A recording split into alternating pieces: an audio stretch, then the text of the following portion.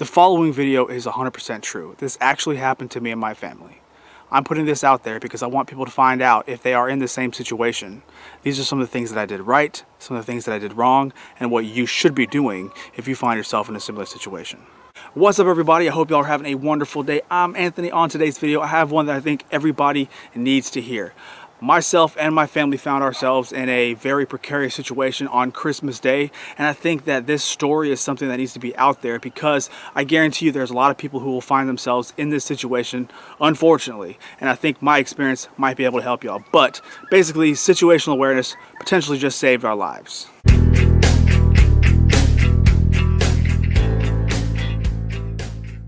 That's right, today I wanted to tell y'all a story of something that actually happened to me on Christmas Day. That's like 3 days ago.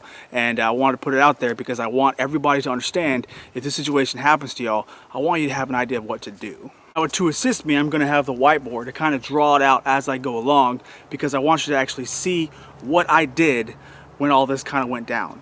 Basically, the way all of this started was my family and I, my wife, my kid, and I were coming back from my in-laws for Christmas. All right, we had Christmas dinner over there. We got, had a whole bunch of present time, all kinds of good stuff. It was becoming late in the evening. When I say late, I'm talking about it's dark. But if you live in the South in December, it gets dark at like 5:30. So it was like 6:30, 6:45 in the evening, and we were on our way home. Now, my in-laws' house is about 45 minutes away, so it's kind of a drive, but we use the interstates because I always use popular, well-taken roads during the course of the nighttime. All right, I like to be in a I'll say well-populated area, but at least an area where if something happens, someone's going to have an opportunity to pass by me and be able to help if I need it. So we took the interstate home. We took a highway, state highway, towards my house, all right, towards where we live. Now, I live in a small town. My town probably has about 5,000 residents, okay? So not a very big town, but not a small town either, just enough to kind of make it kind of homely, okay? So homey. So that's kind of what I was looking for.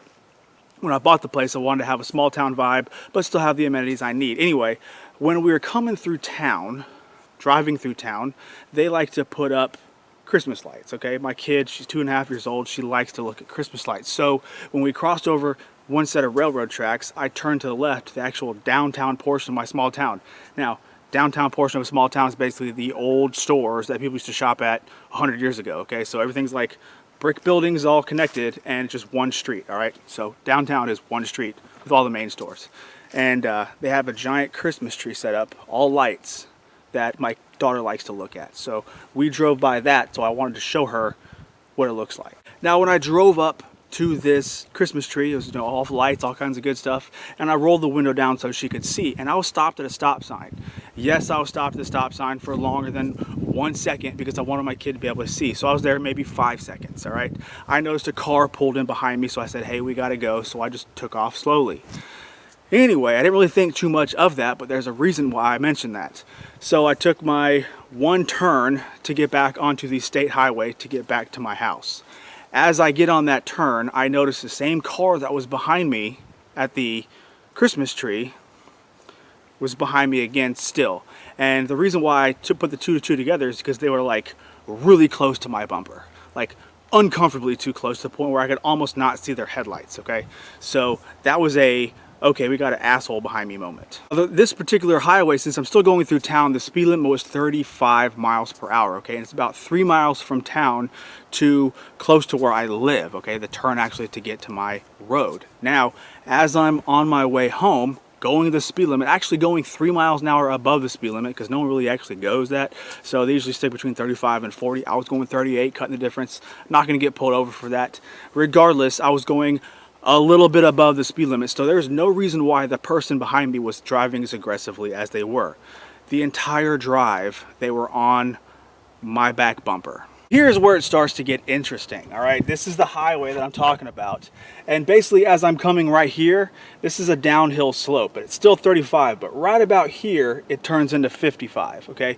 And since I normally take this road, it's not abnormal for people to get on your butt impatient, and then as you get to this point right here, they go ahead and pass you. So that's what I was hoping for. I got crested the hill right here, and I was hoping that I would be getting passed right here and he would just go on along his way. Well, what ended up happening was right as I got right about here, he turned his high beams on and slowed down a little bit so I could actually see the headlights. He's like actually blinding me from my mirrors, okay? So when that happened, I started thinking, okay, I'm getting a bad vibe about this person. They followed me all the way from town, and now they got their high beams on. So I'm just gonna turn right here to let them go by me. So I made the turn right here. Well, guess what happened? This person took the same turn. So I said, okay, maybe they wanted to turn here as well. I'm just giving them the benefit of the doubt. They probably live in this area. So there's a church right here, and I pulled off. This is a dead-end street, and I pulled off to this turn like this, like I'm parallel parking, okay? I just basically went, whoop, right there. So they could go by me. So if they're living here, they live back that way. I pulled right there. They passed by me and turned down this road right here. So I said, okay, they passed by, not a big deal. I need to turn around. So I turned down this road as well. I got off from right here, and I turned to go down this road. Now this is a small town, small area. I know most of the people that live here. So I wanted to see where they were going, because if it's someone I know, I want to be like, hey, your son or whoever was visiting that day was driving like a complete butthole, and I'd like to have a conversation with them. You know, say it's small town living. So I pulled down here to see where they were going, and they pulled into the first house. It's a horrible house. They pulled into the first house right there. Now I know this lady, so I was like, okay, it's obviously a relative of hers, and I'll have a conversation with her later. So I kept going down here to turn around at this roundabout that I know about. This is where a whole bunch of mobile homes are. It's just a big circle. Well, as I pass by them, they stop, pull back out, and start following me again. So I say, okay, now we got a problem. Because they were following me, I let them get in front of me, they pulled off and started following me once again. So I turned over here. I drove really fast right here, and I pulled in this circle. Now when I pulled in this circle, I did a quick turnaround, and I had my vehicle facing back this way so I could drive up the road if I needed to. But I turned my lights off to act like I parked. I was right here. What they did, I could see their high beams coming the entire way. They came in and really fast almost sideswiped my vehicle to pull into this roundabout. So when that happened, I took that as an opportunity to flee. I said, maybe they're coming down here, whatever. So I drove back from this way all the way to this church.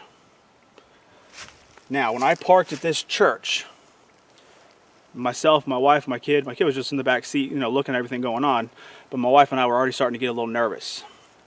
I'm trying to remain calm, because whenever you got a tense situation, if you're freaking out, that's only going to make things worse. And my wife has never experienced this before, so I wanted to make sure that she was trying to stay as calm as possible as well. So what I ended up doing was I turned around at this church, because I still got to leave. I still got to get home, but I didn't want them following me. So I turned around at this church, and I parked way back here with my front of the vehicle facing this way. I turned all the lights off. I turned the interior lights off, so it was just us sitting here right there about 30 yards, 40 yards away from the road. Now there's a whole bunch of trees right here, okay? But it's winter time, so obviously there's no leaves on the trees. So I could see through the trees what was actually happening. Well, about 30 seconds later, maybe about a minute later, guess what I see? That same car coming up this road, looking for where I went. High beams on and everything. And they stopped at the stop sign right here, that road, looking around. It was at that point when I saw them crest over the hill right here, coming back my way, that I got on the phone with 911. Because if you are ever in a situation where you are sure, or even if you think you're being followed, you need to get on the phone with emergency services. Now, what happened at this point was I got on the phone with dispatch. They picked up immediately, and she said, hey, what is your problem? This is 911 emergency. What is your issue? I said, I think I'm being followed, and I'm pretty sure of it because I've already made multiple turnarounds, and the vehicle is still behind me. And she said, okay, what's your location? I gave her my location. It was in the county that she was in. 911 put us right to the county that I live in. And she said, okay, where are they now? I said, I just did another turnaround and I'm hiding back on a side road. Didn't realize it was a dead end, but I'm on a side road off really close to the trees to try to hide from them. They came back up the road. They're facing me with their high beams on, and they've been sitting here. By the way, I meant to say, when they got here to the stop sign, they just sat there, almost like they parked for what felt like forever, most likely probably about 45 seconds, 35 to 45 seconds. They were sitting there looking this way. Long enough for me to have a full-on conversation with dispatch. So basically she said, where am I located? How do I feel? Whatever, the random questions that they ask. And basically what my response was, I gave her my name, I gave her the situation, I gave her the road that I was on, I knew the name of the road, I knew the name of the highway that I'm on. And I said, I feel like I'm being followed. These people are now sitting here at the stoplight or stop sign looking in my direction. I don't know if they see us. I have all my lights off, but there's no leaves on the trees, so they might, if they look hard enough, they might see a reflection of a vehicle. Now, it's at this point where I told the dispatch that I have a CWP, concealed weapons permit, and I'm prepared to defend my family if I needed to, because I'm in a dead end, and in my state we have a castle doctrine, basically meaning if I feel like I'm being threatened or my family's life is being threatened and I'm in my home or my vehicle, I'm authorized to use deadly force. Okay, now this is a dead end. I have nowhere to go. If they parked right here and blocked me in, I'm essentially a sitting duck. Now, I don't know these people. I don't know anything about them. All I know is they were driving a black sedan with North Carolina plates. Go figure, from my last story, North Carolina plates again. So that's all I got. I didn't get the actual numbers because when they were driving down the road, it's a dirt road, and it was dirt flying up, so I couldn't actually see the numbers. And all I saw was the first number was a 5. So I told dispatch it's a black sedan with North Carolina plates. I said they're stopped at the stop sign looking in our direction. And basically I said, if they block me in, I have nowhere to go. I fear for my family's safety. And she said, okay, hold on, tell me what they do. Please do not hang up the phone. Tell me what's going on. So I was trying to give her a play-by-play of what was actually happening. Now, they finally decided to turn back to go towards the main road here. They turned and they drove really slow by my vehicle to the point where I know they saw me. When they saw my vehicle where it was, they had to have seen the light from a cell phone, because as soon as they saw me, they gunned it. I'm talking about punched the gas all the way to the end of the road and headed back this direction. So what I ended up doing, unfortunately, and what I meant to say was there's a county line right here. I'm in this county, and they headed back towards the other county. So when I was on the phone with dispatch, I said, hey, they just drove by me, punched it when they realized I was on the phone with you, and now they're headed back the other direction. And she said, can you tell me which way they're going? I said, yeah, they're headed back towards the town. And she said, well, and this is very important here. She said, well, it's Christmas. We're already on a skeleton crew, basically, and all my deputies are on the other side of the county. So I can't send someone right now. I said, well, they fled. What do you want me to do? But one thing I did tell her was it would be a very good idea, since they are headed back towards the town, for her to get a hold of their dispatch in that town, their local PD, and give them the vehicle identification. It's a black sedan, North Carolina plates, newer model. There's definitely 2 people in the car, at least, because when they drove by me, I saw the light of a cell phone in the passenger seat. So there's definitely 2 people there. So she said, absolutely, I'm going to do that. And that's when she told me, look, this is what I want you to do. I don't want you to go home right now. I want you to drive around in a big circle somewhere for about 5 minutes. Because if they are following you, if they pulled out here and they're waiting for you to follow you again, I want you to be on the phone with me so you can tell me that they're still following you. So I said, yes, ma'am, absolutely. I got my family, turned the lights back on, turned the car back on, and we drove out here. Okay? That's when I went this way. Now, when I went this way, it's basically the route that I take to take my trash to the dump. So it's about, altogether a 10-minute drive. So I went that way, and I didn't see anybody here waiting for me. I didn't see any headlights. until I got really far out and I saw lights. Now this could be somebody else, not a big deal. So I drove the speed limit and I took the turn to where I'd take my trash. Took that turn, the person that waited, the person that was, the headlights that were behind me, kept going. So I turned around and I came back this direction. At that point, I didn't see any headlights. I didn't see anyone following me. So I felt like the threat was gone. I told dispatch that, hey, they're not following me anymore. She said, okay, go home now. So that's what I did. Ended up going home, took my family out of the car, and we went inside. And obviously we were pretty freaked out about all this, and I had to process what exactly happened. Let's fast forward about an hour or so. I'm still processing what went down. My adrenaline has finally subsided. I can finally think about, hey, what went down.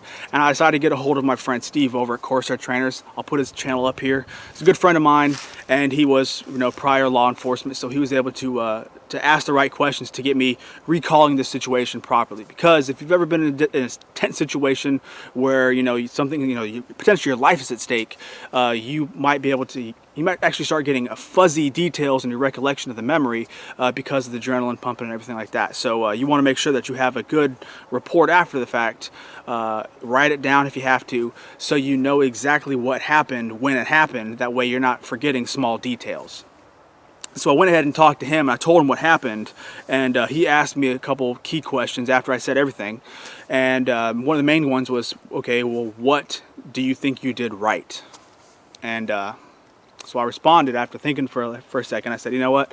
I think I did the right thing by when I noticed an issue, I turned to see if they would pass by me. And that first turn, when they followed me, that's what made me think, okay, I'm being followed. So when they started to come behind me and they came up really close, that first initial pull off that I did right next to the church completely threw them off. I guarantee you they were not anticipating that at all, because they were following right behind me, and I darted over really quick and slammed on brakes, so they shot right by me. I guarantee you they were not anticipating that. Whatever they were trying to do, it threw them for a loop. So that was a very good thing. The next good thing that I did was when I went down that road to turn around, I had my car facing the proper direction to get out as fast as possible if they followed me again. Because again, at this point, it could just be teenagers messing around. It could be, just someone being, a little bit of road rage, whatever. They should be done by this point. Well, when I got down to that loop where the mobile home park was, and I had my car facing the other direction, when I saw them pull back out and follow me again, I knew at that point, this is all deliberate. This is a problem. I need to get on the phone with the emergency operator or 911. So that's exactly what I did. When I got back up, when they came in that turn and I flew out of there, boom, I was right on the phone with 911. Another thing I did right was I parked far enough away from that stop sign to where they couldn't see me unless they were really, really looking for me. Unfortunately, when they sat there for as long as they did, it gave them time to assess the situation as well. Keep in mind, I'm on the phone with 911 the entire time, okay? I'm talking to the dispatch, I'm giving them all the details I have, my name, where I'm at, the location, so she knows and can give me advice of what I need to do. And that's the number one thing. If you ever feel like you're being followed, please get a hold of emergency personnel. They're the ones that go through this often, and they can tell you exactly what to do. So it is never a wrong thing, if you feel like this situation is going to happen to you or happening to you, to call somebody else and ask them, what do I do? The best thing about a 911 recording is they are recording everything. So if something does happen, i.e. they ram into you, start shooting something, it's all being recorded. And that's the one thing I want to harp in this video. If you feel like you're being followed, call them immediately. Get them on the phone, because they can be your proof that you were doing everything you could to avoid the situation. That's what I felt like I did right. Now he also asked me, what do I think I did wrong? What would I have done differently given the information that I know now? Well, point blank, I wouldn't have turned down a road with 3 dead ends, okay? I was just trying to avoid, let them pass by me. I didn't really think of that they were going to follow me down a road with all those dead ends. The next mistake I did was I followed down that road to see where they were going, because again, I thought it was just teenagers messing around, and I was trying to figure out what house they went into so I could tell whoever lived there, because like I said, I know a lot of the people that live out here. hey, your teenager or your visitor was being very aggressive at driving, that kind of thing. So I wanted to know where they pulled into. That was a mistake. I shouldn't have done that. I should have turned around and left. I should have left immediately and gone somewhere else. But again, I was more curious than anything of why someone would drive like that, not really putting the dots together that this was an actual issue. So that was another mistake that I did. And the third mistake that I did, one of the bigger ones, was I essentially blocked myself in. When I stopped that final time, backed in right next to the church, right next to the woods, the forest, and turned my lights off, turned the car off. I essentially, since I was backed in, up in a dead-end road, if they were to block me in, they park right here in front of me, I essentially had nowhere to go. Now, to this point, I'm going to be completely 100% honest with y'all because I want you to understand what's going through my mind as well. I've been in a situation like this similarly. I've had an issue where I was blocked in and I had people that were potentially going to rob me get out of the vehicle, and I got out of there by pulling my weapon. I'll put that video here if you haven't seen it. That was about 7 years ago now. Well, this happened to me 3 days ago on Christmas Day, okay, at 7 o'clock in the evening. So it's very fresh in my mind, and I'm going to be completely 100% honest with y'all. Yes, I had my weapon in the car. I'm not stupid. I always have my weapon on me, period, because you never know what's going to happen. I literally went to my in-laws' house and came home. I was going to a place where I knew everyone, and I was coming back to a place that's mine. So some people might not carry their weapon because they're like, okay, well, I'm going to, you know, a family's house or a friend's house or whatever, and I'm coming straight back. I'm not stopping anywhere else. What's the point of bringing a weapon? This is a prime example of why you always have a weapon on you or in your vehicle at all times. Now, there was a key phrase that I have to make sure that I mention to y'all back again.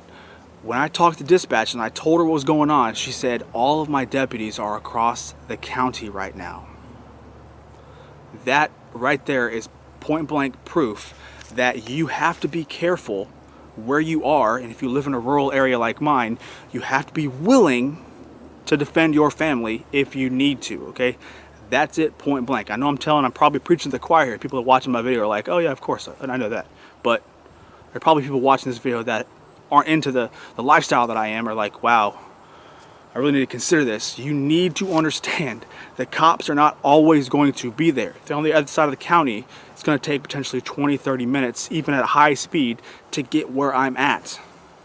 So if something popped off right there, I was 20, 30 minutes away from getting backup. So I had to be careful and understand that I was in control of my family's safety. When I was backed in and cornered, when I parked and I was on the phone with her, I put the phone onto the dash right here on speaker. I had my seatbelt off. I had my hand on the door handle, and I had my other hand on my pistol drawn.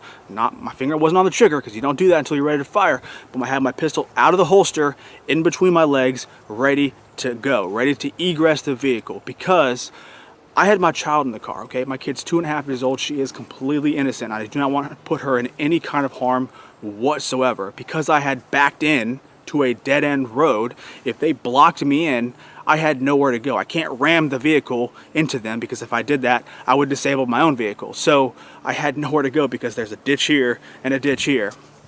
So my only idea was, if they stop, I'm going to run out of the vehicle, run to my left, their right, jump over the church fence, hoping to draw their attention to me. And while doing that, I was 100% ready to unload my magazine in that driver's side door. Because at this point, I'm blocked in.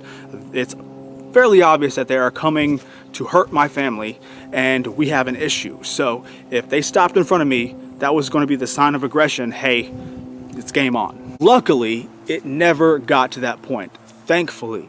So I was able to put my pistol back into its holster, put my seatbelt back on, and finish following the directions of dispatch. Keep in mind, she was on the phone the whole time, so I was able to narrate exactly what was actually happening. That's why I mentioned I was a CWP holder, to let her know that I was a law-abiding citizen who has passed background checks with no criminal history. And that also leads me into a point where I got to make sure I mention that I did not communicate with my wife what she should do if I did egress the vehicle to draw attention away.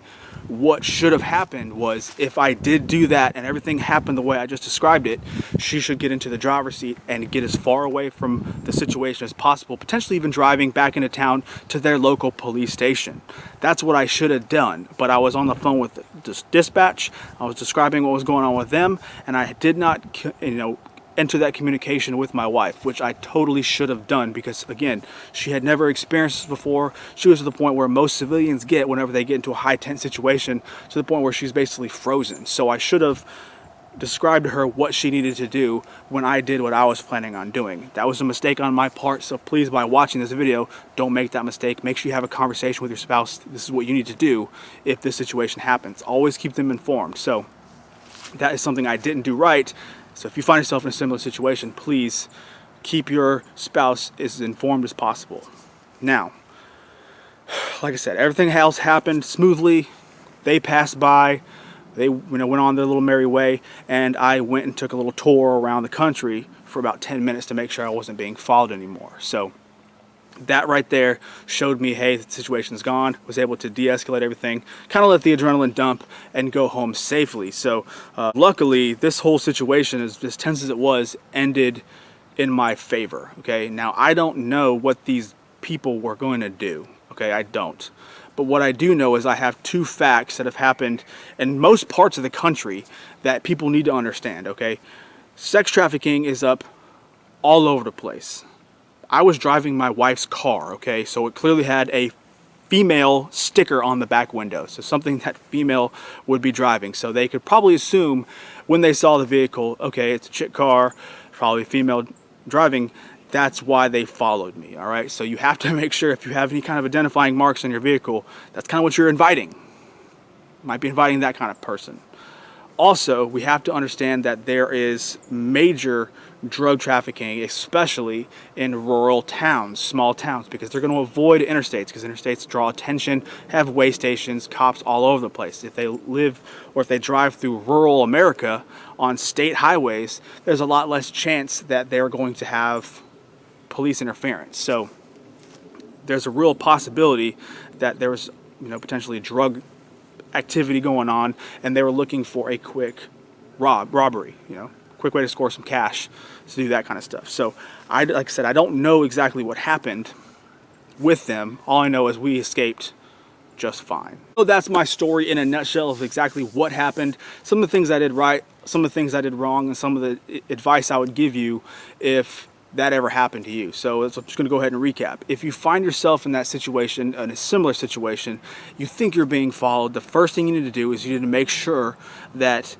if there's a person behind you and they're acting like this, that you are in fact being followed. So if you have the opportunity, take a couple turns first while you're still in town, while there's more turns to be had, to make sure that you are actually in fact being followed. One of the big mistakes that I made was I drove out of town, basically on a highway where I really didn't have many options to turn except for this one. Luckily for me, I know the area well, so I knew where I was going. Potentially, if they're not from here, as their license plates would indicate, they didn't know the area like I did. So that was a good thing for me. So another bonus for you, if you have the opportunity, learn every side road you possibly can around your house, around your area, because you never know when you might need it to lure somebody who you think might be following you in a roundabout circle. So it's the first thing that you need to be doing. If you find yourself ever in that situation and you are not sure, or you have that feeling that you're being followed, it is never a bad thing to call for help, call the police, because dispatch was on the phone with me the entire time, so I was able to let them know details in real time. When you do that, if you ever find yourself in that situation, they're most likely going to be able to give you the best option to do. Either keep driving, turn around in a big circle, head towards the police station, whatever, so they can at least have you, if you're still being followed, meet up with a deputy so they can interfere with what's actually going on. They'll be able to get the person behind you while you're still driving. So if this happens to you, that's what you need to do. The one thing you definitely do not want to do is drive right back to your house. I know your home is safe, it's a safe place for you, but the last thing you want is for that person or whoever's following you to know where you live, because they can stake you out and wait till you're asleep, all the lights to go off, and they can bust in the house and do some really bad things, okay? You do not want that. You do not want that situation, so you do not want to give them the opportunity to know where you live. So if at all possible, take them through town, take them back to the police station, ride all over the place, whatever. But if you feel like you're being followed, and you do a couple test turns and you know you're being followed, never, ever, ever go home. So I think I'm going to end the video there. I think I made my point, told the story, and has this ever happened to y'all? If it has, you can go ahead and put your story down in the comments. It might help that next person. But please, if you find yourself in this situation, do something similar to what I did. Make sure you always have your cell phone charged and ready. Make sure you always have enough gas to be able to run around if you need to an extra 10 minutes. And make sure that you are constantly, number one thing, paying attention. If I wasn't paying attention, then there was a really good high possibility that something bad could have happened. But because I was paying attention while I was still in town and recognized the headlights from town, still on the highway, I knew that they were following me for at least 3 to 5 miles. So because I knew that, because I recognized that, I knew we had an issue, and I was able to take them on the little tour of the country that I did. So if at all possible, anything you can get from this video, please pay attention to your surroundings. It can potentially save your life. If you like this video at all, do me a humongous favor and give me a thumbs up. It would very much help me out, and I would absolutely appreciate it. Subscribe, and I will catch y'all on the next one. All right, bye.